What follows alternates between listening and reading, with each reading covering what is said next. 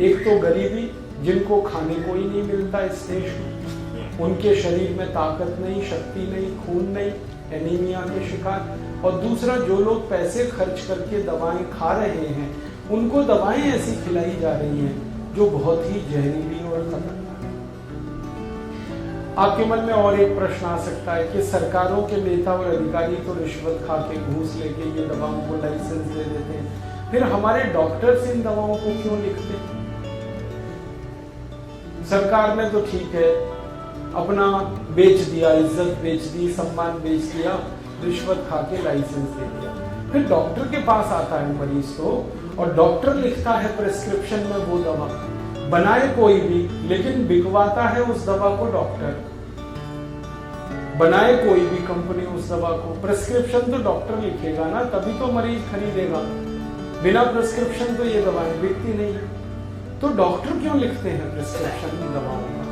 हमने इसमें जब रिसर्च किया तो पता चला कि डॉक्टर भी इस करप्शन में आकंठ डूबे हुए।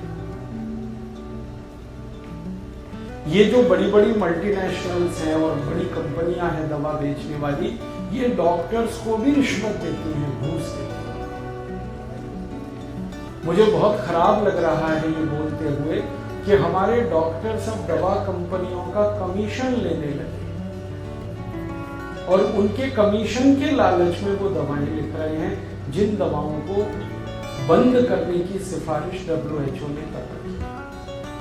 और हमने देखा डॉक्टर जितना बड़ा है, कमीशन उसका उतना ही बड़ा है। और अभी तो कैश, सीधे पैसा देते हैं। होता यह है कि आपको डॉक्टर ने एक प्रिस्क्रिप्शन स्लिप लिखी, आप 1000 रुपए की दवा अगर खरीदने गए, तो मैंने इसमें जो कैलकुलेशंस किए हैं और प्रमाण इकट्ठे किए, एवरेज हर 1000 रुपए की दवा आप जो खरीद रहे हैं, उसमें से 400 रुपए डॉक्टर के पास जा रहा है, जिससे वो लिखा है स्लिप, मानी 40% कमीशन। और ये कमीशन पैसे के रूप में सीधे जाता है डॉक्टर के पास, और भी कई कई स्वरूप में पहुंचता है। जैसे कई दवा कंपनियां कार खरीद के डॉक्टर्स को गिफ्ट दे देती हैं, कई कंपनियां मोटरसाइकिल, स्कूटर खरीद के गिफ्ट कर देती हैं, कई कंपनियां रेफ्रिजरेटर और AC खरीद के गिफ्ट कर देती हैं, कई कंपनियां डॉक्टर्स के पति पत्नी बच्चों को स्विट्जरलैंड का टिकट दे देती है कि जाओ घूम के आओ। हांगकांग, ताइवान, सिंगापुर चले जाते हैं, वो खरीदारी करके सिंगापुर से आते हैं, कंपनी पैसा पे करती है उनकी खरीदारी का, इसके बदले में डॉक्टर प्रिस्क्रिप्शन लिखते हैं उस कंपनी की।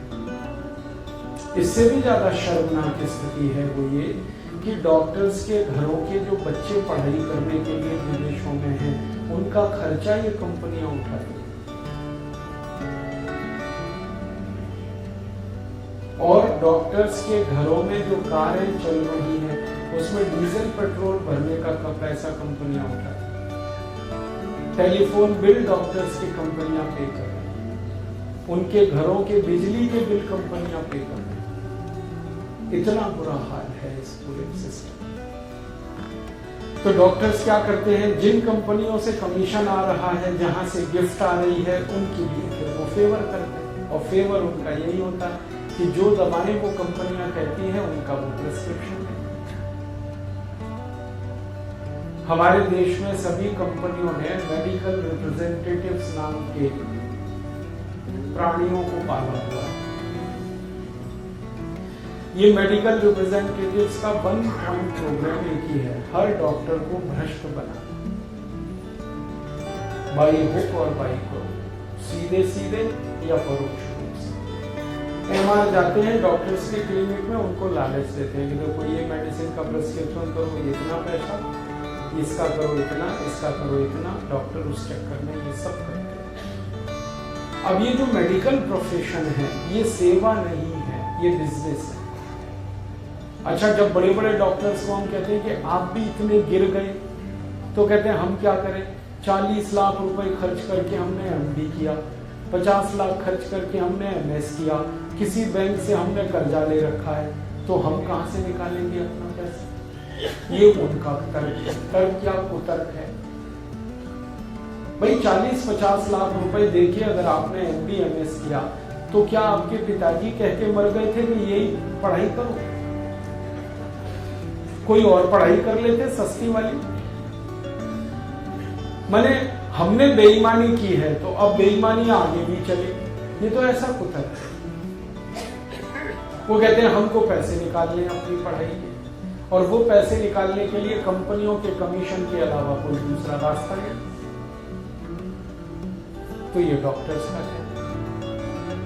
अब अंत में जो मरता है और फंसता है वो आप हैं, मैं, हम सब, जो एक बीमार के रूप में किसी डॉक्टर के पास जाते हैं, पता नहीं कब उसको लालच आए और वो कौन सी मेडिसिन प्रिस्क्राइब करे और हमारी जान निकल जाए। हम क्या कर पाएंगे? कुछ नहीं कर पाएंगे, क्योंकि डॉक्टर माने मार देने का लाइसेंस लिया हुआ एक व्यक्ति, डॉक्टर का माने।